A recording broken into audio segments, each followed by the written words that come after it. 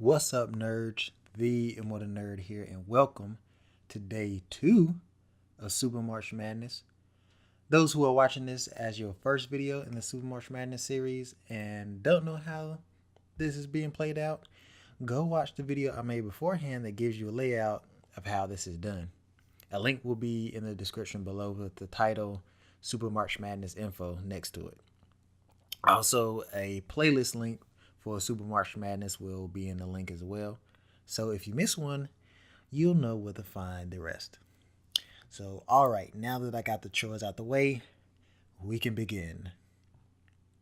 So, Dragon Ball Z Resurrection F. Yes, what happens in that movie is where this video stems from.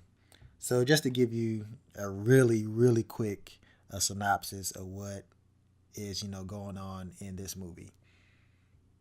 It's essentially a repeat of the Frieza saga from the Dragon Ball Z series.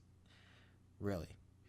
Now, I'm not to say that it was bad. I'm just saying that a certain someone, well, actually two people, failed to learn from past mistakes due to the nature, of their character. But I don't want to, really talk about that, a whole lot, because that's not what stood out to me when first viewing this movie. It was the action. Goku and Vegeta taking on a form beyond that of the Super Saiyan God, aka Super Saiyan Blue or Super Saiyan God Super Saiyan is what they called it first. And also Frieza reaching a whole new form to match it. Now, I'm not going to talk about, again, the battle too much that was going on. So, making it to number 5 on my top 6 most super thing that happens around the Dragon Ball Super series is Goku doing the 1-inch punch on Frieza. Alright, so let me break it down to you. So everything that led up before the fight, it just felt familiar. So going back to how I said it was pretty much kind of like the whole Frieza saga again. Going with the transformation that Goku and even Vegeta does going into Super Saiyan Blue, there were no time into developing this. It's not like how in the Frieza saga when Goku first transformed into a Super Saiyan, because up in that point in time we saw the fight between Goku and Frieza, and how at one point Goku was holding his own, but then he started to fall behind, and at the end Goku, he was on the losing end. So if nothing happened quick, he was going to get killed, and Frieza was going to go to Earth and destroy it. So he, at that point, he had no other option, and with him seeing Krillin died, that just triggered that transformation, and it was all built up to that moment that what made it awesome. Versus the revealing of the new transformation of the Super Saiyan Blue, it was like, okay, now they're able to go, past the Super Saiyan God mode. And Vegeta, he's able to do that now. Not even skipping straight to that mode. Not even going Super Saiyan God mode. Just Super Saiyan God Blue. So it was like, okay, so let's just see, can that hold up to Frieza's new transformation, the Golden Frieza form.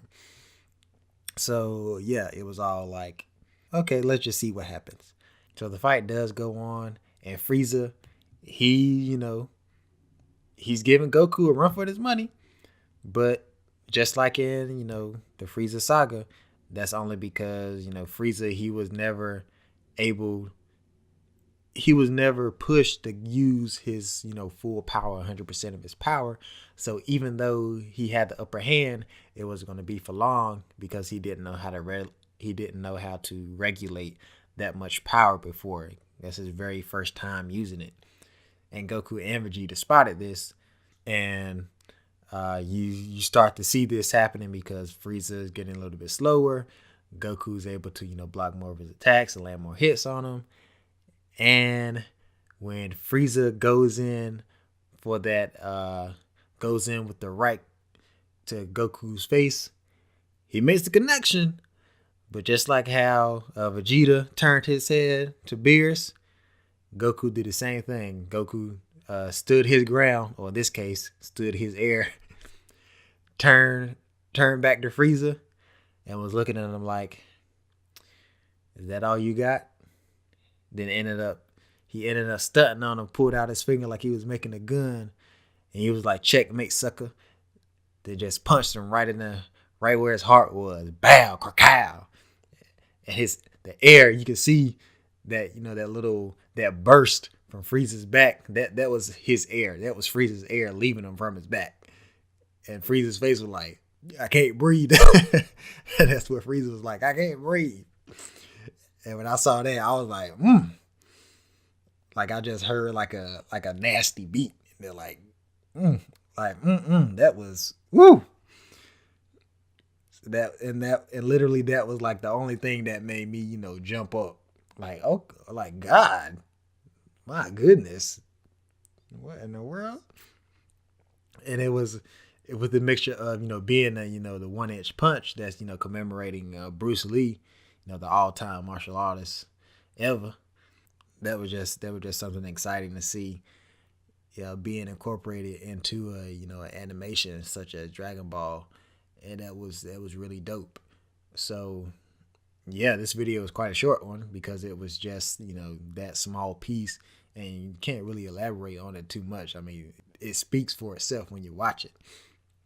So that would be wrapping it up for this video. And I hope you guys will be staying tuned for Friday when I give you my number 4 video of the top 6 super things that happens around the Dragon Ball Super series. See you then.